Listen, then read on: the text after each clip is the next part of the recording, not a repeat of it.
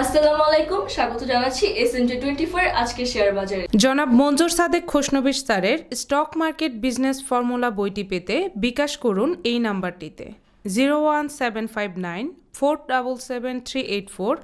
বইটির মূল্য ১০০ টাকা এবং কুরিয়ার সার্ভিস চার্জ ৩০ টাকা। অনিচ্ছাকৃতভাবে গতকাল ভুলবশত প্রিমিয়াম ব্যাংকের লভ্যাংশ ঘোষণার পরিবর্তে লভ্যাংশ বিও অ্যাকাউন্টে প্রদান করা হয়েছে বলার জন্য আন্তরিকভাবে দুঃখিত এবং ক্ষমা প্রার্থী।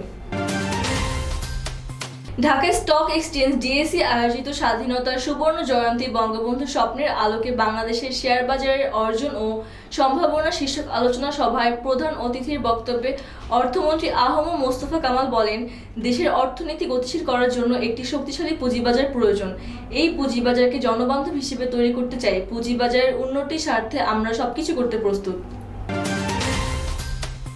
তথ্য প্রযুক্তির উন্নতির মাধ্যমে পুঁজিবাজারের কারসাজি বন্ধ করা সম্ভব। পুঁজিবাজারে বিভিন্ন সময় আতঙ্ক ও গুজব ছড়িয়ে নিরীহ বিনিয়োগকারীদের কম দরে শেয়ার সেল করতে বাধ্য করা হয়। তারপর কিছু মানুষ সেই শেয়ার কম দরে হাতিয়ে নিয়ে ফায়দা লুটে।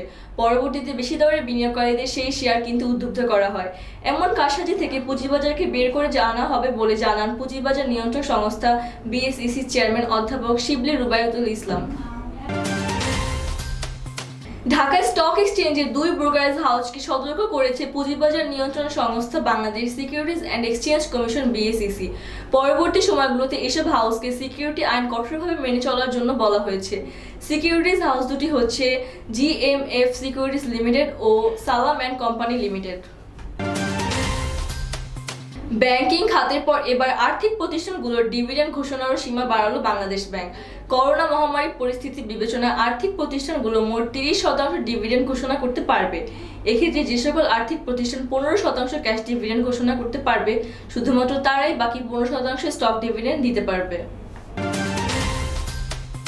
শেয়ার বাজারে তালিকাভুক্ত বহুজাতিক কোম্পানি ইউনিলিভার কর্তৃক অধিগ্রহণকৃত গ্লাক্সোস্মিথক্লাইন বা জিএসকে বাংলাদেশের অধিগ্রহণকৃত ব্যাপারে অধিকতর তদন্ত করার সিদ্ধান্ত নিয়েছে পুঁজিবাজার নিয়ন্ত্রক সংস্থা Bangladesh securities and exchange commission BSEC. এই সংক্রান্ত একটি চিঠি সম্প্রতি জিএসকে বাংলাদেশের চেয়ারম্যান এবং এর ব্যবস্থাপনা পরিচালক KSM মিনহাজকে পাঠানো হয়। ডিভিডেন্ড ঘোষণা করেছে পুঁজিবাজারে তালিকাভুক্ত 3 কোম্পানি। কোম্পানিগুলো হলো First Finance, Delta BRAC Housing ও City Bank Limited. First Finance বিনিয়োগকারীদের জন্য 2% stock, Delta BRAC Housing 15% cash ও 15% স্টক ও সিটি ব্যাংক লিমিটেড বিনিয়োগকারীদের জন্য 17.50% ক্যাশ ও 5% স্টক ডিভিডেন্ড ঘোষণা করেছে। দেশের প্রধান পুঁজিবাজার Dhaka Stock Exchange DSE Bangabandhu Sheikh Mujibur রহমানের জন্মশতবার্ষিকী মুজিব শতবর্ষ ও স্বাধীনতার সুবর্ণ জয়ন্তী 50 বছর পূর্তি উপলক্ষে আলোচনা সভার আয়োজন করেছে। সভাটি আজ 23 মার্চ মঙ্গলবার দুপুর 1টায় ডিজিটাল প্ল্যাটফর্ম অনুষ্ঠিত হয়েছে। ঢাকা স্টক এক্সচেঞ্জে ডিএসই পাঠানো এক বিজ্ঞপ্তিতে তথ্য জানানো হয়। মুখ্য নির্বাহী কর্মকর্তা সিইও নিয়োগ দিয়েছে পুঁজিবাজারে তালিকাভুক্ত বীমা খাতের কোম্পানি পদ্মা ইসলামী লাইফ ইন্স্যুরেন্স লিমিটেড।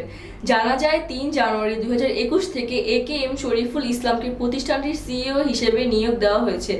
বীমা খাতের নিয়ন্ত্রক সংস্থা বীমা উন্নয়ন ও নিয়ন্ত্রণ কর্তৃপক্ষ IDRA কোম্পানিটির সিইও নিয়োগ অনুমোদন করেছে।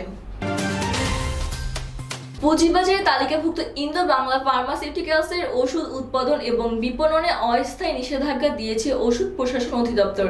এই নিষেধাজ্ঞার বিরুদ্ধে করা রিটের শুনানি আগামী 4 এপ্রিল অনুষ্ঠিত হবে। গত 7 মার্চ ওষুধ প্রশাসন অধিদপ্তর থেকে ওষুধ উৎপাদন এবং বিপণনের নিষেধাজ্ঞার একটি চিঠি পেয়েছে। ইন্দো বাংলা ফার্মা এই নিষেধাজ্ঞার বিরুদ্ধে তাৎক্ষণিকভাবে একটি রিট আবেদন করেছে। প্রাথমিক গণপ্রস্তাবের আইপিও মাধ্যমে শেয়ার বাজার থেকে অর্থ উত্তোলন করার প্রক্রিয়ায় থাকা বীমা খাতের কোম্পানি দেশ জেনারেল ইন্স্যুরেন্স লিমিটেডের আইপিও লটারিতে বরাদ্দকৃত শেয়ার বিনিয়োগকারীদের বিও হিসেবে জমা হয়েছে। আজ কোম্পানিটি লটারিতে বরাদ্দ পাওয়া শেয়ার বিনিয়োগকারীদের বিও হিসেবে জমা হয়েছে। আগামী 24 থেকে 25 মার্চ স্পট মার্কেটে লেনদেন করবে পুঁজিবাজারে তালিকাভুক্ত ভ্যানগার্ড, AML, রূপালী ব্যাংক, ব্যালেন্স ফান্ড এবং ডাচ বাংলা ব্যাংক লিমিটেড। আগামী 28 মার্চ রেকর্ড ডেটের জন্য কোম্পানিগুলোর শেয়ার লেনদেন স্থগিত থাকবে। পুঁজিবাজারে তালিকাভুক্ত ইউনিলিভার কনজিউমার কেয়ার লিমিটেড আগামীকাল বুধবার 24 মার্চ মূল্য সংশোধন হয়ে লেনদেনে আসছে। কোম্পানিটির শেয়ার গত 21 থেকে 22 মার্চ স্পট মার্কেটে লেনদেন হয়। পুঁজিবাজারে তালিকাভুক্ত লাফার্জ হোলসিম বাংলাদেশ লিমিটেডের লেনদেন আগামীকাল স্থগিত থাকবে।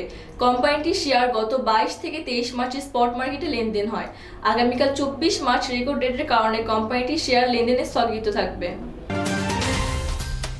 পুঁজিবাজারে তালিকাভুক্ত সাইহাম কটন মিলস লিমিটেডের উদ্যোক্তা পরিচালক সৈয়দ মোহাম্মদ ফয়সাল তার হাতে থাকা 1,23,87,500টি শেয়ার থেকে উপহার হিসেবে 60 লাখ শেয়ার তার ছেলে সৈয়দ শাফকাত আহমেদকে হস্তান্তর করবেন। আজ ব্লক মার্কেটে 25 কোম্পানির মোট লেনদেন হয়েছে 65,77,58,000 টাকা। লেনদেনে শীর্ষে রয়েছে ইউনাইটেড পাওয়ার, ব্রিটিশ আমেরিকান টোবাকো ও বাংলাদেশ এক্সপোর্ট ইম্পোর্ট লিমিটেড। পবিত্র শবে বরাত উপলক্ষে আগামী 30 মার্চ মঙ্গলবার পুঁজিবাজার বন্ধ থাকবে। ওই দিন পুঁজিবাজারে কোনো লেনদেন হবে না। সোমবার 29 মার্চ রাতে দেশের ধর্মপ্রাণ মুসলমানরা শবে বরাত পালন করবে, তাই 30 মার্চ সরকারি ছুটি ঘোষণা করা হয়েছে। ওই দিন দেশের ব্যাংক, সরকারি বেসরকারি সব প্রতিষ্ঠান বন্ধ থাকবে। একই সাথে পুঁজিবাজারও বন্ধ থাকবে।